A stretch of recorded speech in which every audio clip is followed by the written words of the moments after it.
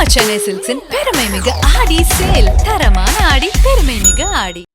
அதிமுக பொதுச் செயலாளர் எடப்பாடி பழனிசாமி பாஜக மாநில தலைவர் அண்ணாமலை இடையே வார்த்தை போர் வலுத்து வருகிறது.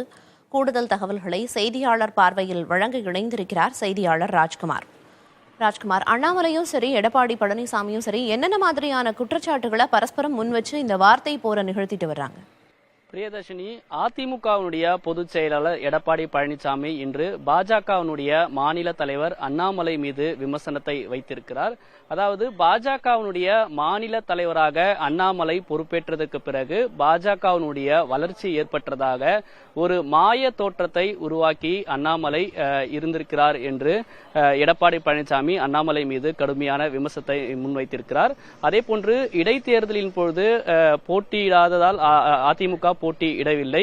போட்டியிட்டிருந்தால் 3வது அல்லது 4வது இடத்திற்கு அதிமுக தள்ளப்பட்டிருக்கும் என்று அண்ணாமலை பேசியதற்கு எடப்பாடி பழனிசாமி கடுமையான விமர்சனத்தை கோவையில் அவர் பேசியிருந்தார்.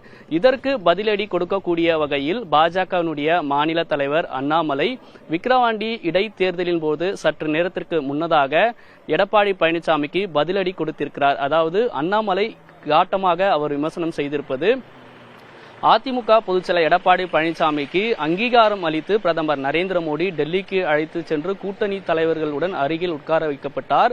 ஆனால் அவர் பிரதமர் நரேந்திர மோடிக்கு துரோகம் செய்திருக்கிறார், நம்பிக்கை துரோகியாக எடப்பாடி பழனிசாமி இருந்திருக்கிறார் என்று தெரிவித்திருக்கிறார். அது மட்டும் இல்லாமல் பாஜகவுடன் கூட்டணி இல்லாமல் இருந்தால் அதிமுகவுக்கு வெற்றி வாய்ப்பு கிடைக்கும் என்று கூட்டணியிலிருந்து எடப்பாடி பழனிசாமி வெளியே சென்றார்.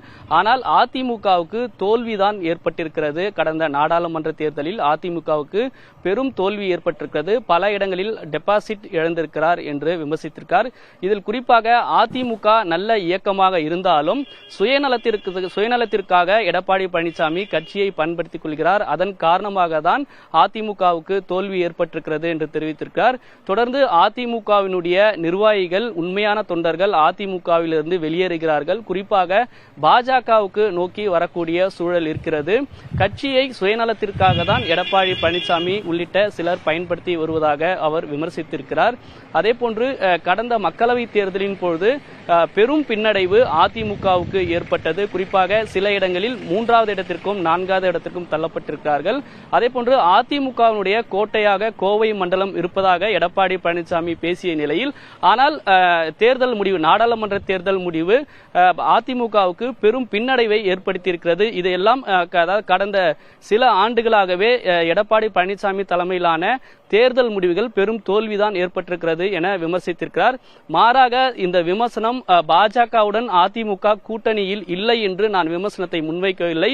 இன்று எடப்பாடி பழனிசாமி பேசியதற்கு பதிலடி கொடுக்கக்கூடிய வகையில் தான் இந்த கருத்தை தாம் தெரிவிப்பதாக அண்ணாமலை இங்கு செய்தியாளர்களிடம் தெரிவித்தார். பிரியதர்ஷினி, அண்ணாமலை மற்றும் எடப்பாடி பழனிசாமி இருவரும் என்னென்ன மாதிரியான குற்றச்சாட்டுகளை முன்வச்சு பேசியிருந்தாங்க அப்படின்னு குறிப்பிட்டீங்க. விவரங்களை வழங்கியதற்கு நன்றி ராஜ்குமார். நம்ம சென்னை சில்க்ஸின் பெருமை மிகு ஆடி சேல். தரமான ஆடி, பெருமை மிகு ஆடி.